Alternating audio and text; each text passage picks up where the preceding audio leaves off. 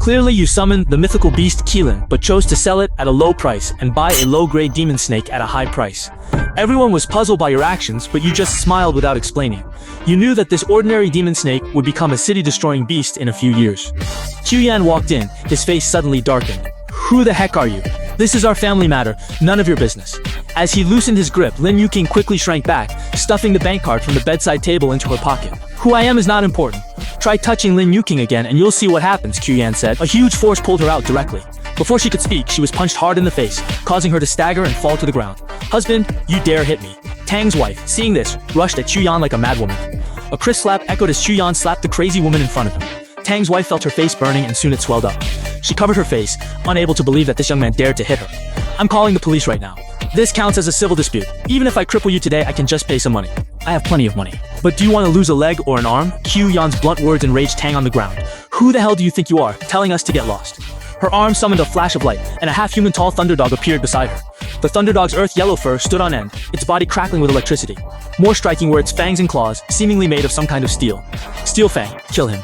Tang called out the spirit beast's name. The thunderdog leaped forward, baring its fangs at Chuyan's chest. In an instant, the flame Keelan appeared out of nowhere, biting the thunderdog's throat with great force. The two beasts were clearly not on the same level.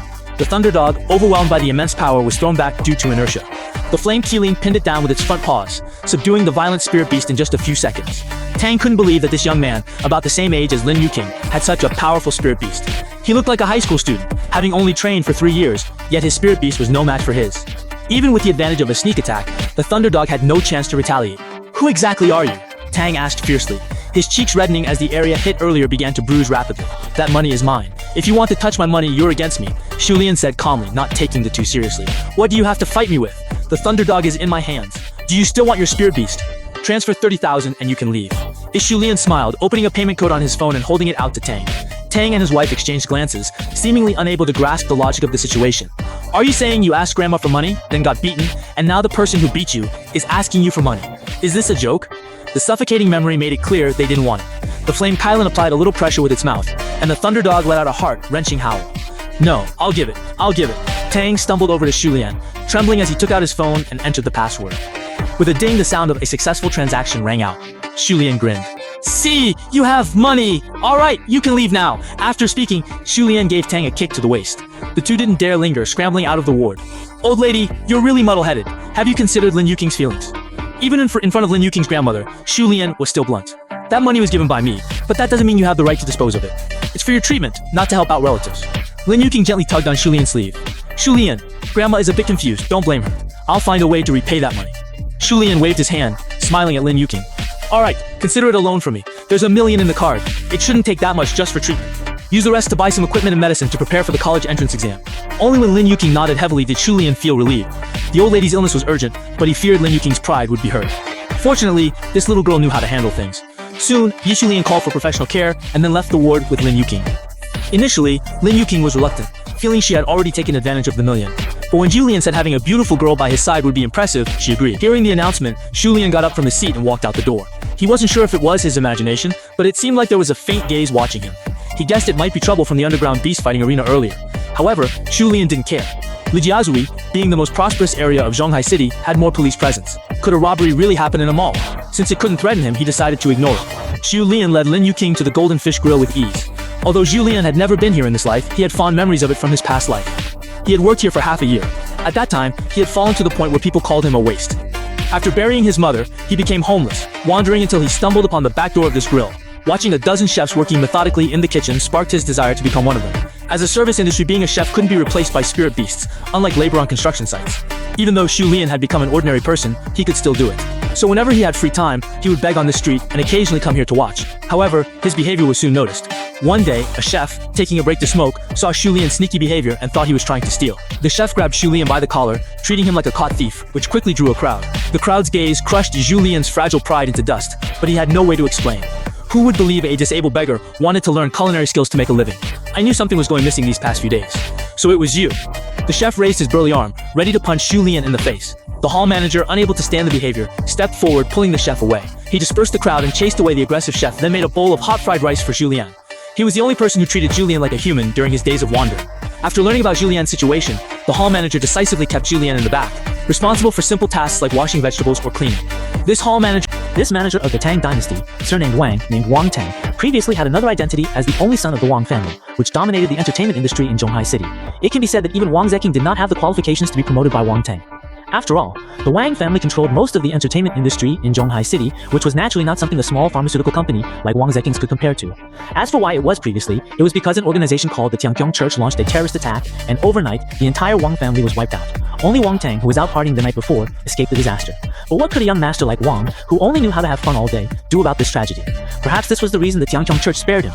Maybe it was because of their similar experiences that Chuyan and Wang Tang hit it off immediately and quickly became good friends who could talk about anything. Through this connection, Chuyan worked at the barbecue restaurant for half a year.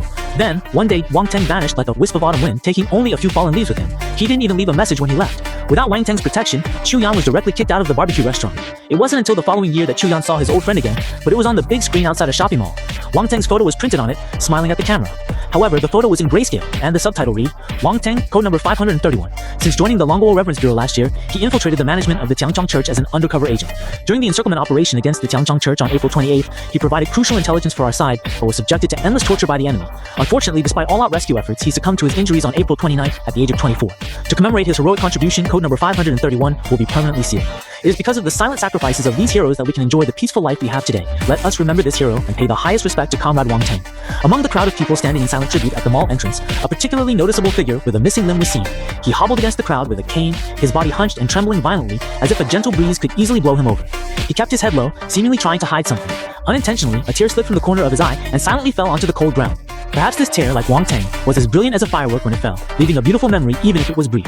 Ordering food, they entered the barbecue restaurant. The layout of the hall was still the same as in memory. The barbecue restaurant was mainly decorated in a European classical luxury style, with gold and white as the main colors.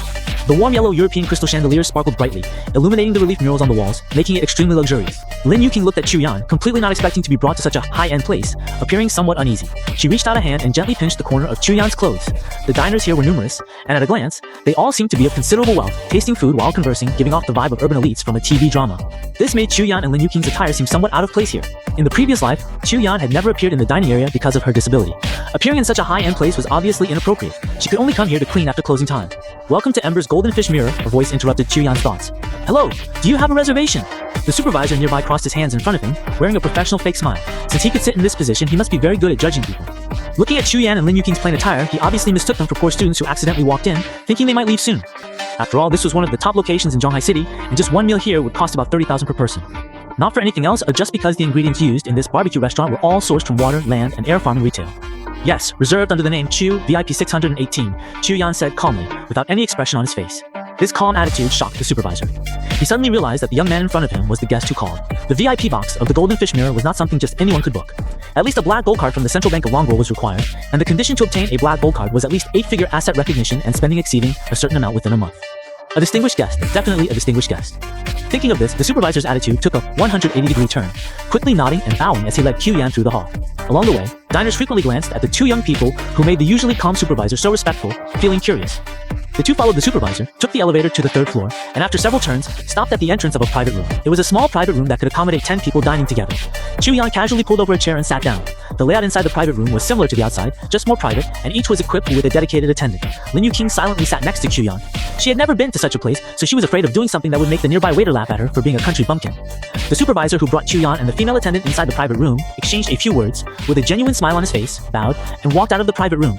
The menu, Chuyan lightly tapped the silver graystone table with his fingernail, focusing on observing. The attendant obviously didn't react to the fact that there were only 2 people. Is it necessary to book such a large private room?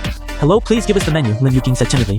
The waiter then came to her senses. The supervisor had just specifically emphasized that if she neglected the distinguished guest, her week's salary wouldn't be enough to deduct. She repeatedly apologized and brought a black menu to Chuyan. The menu was full of items, but only text, no pictures. Lin Yuqing's eyes were dazzled by it. Chuyan just glanced at it casually, his finger randomly pointing at a few items.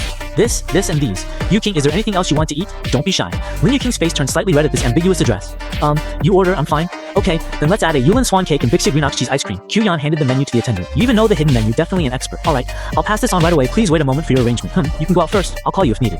Hearing this, the female attendant was delighted and respectfully exited the private room. Because she had to deal with the picky demands of long-term guests every day, she liked guests like Chuyan the most.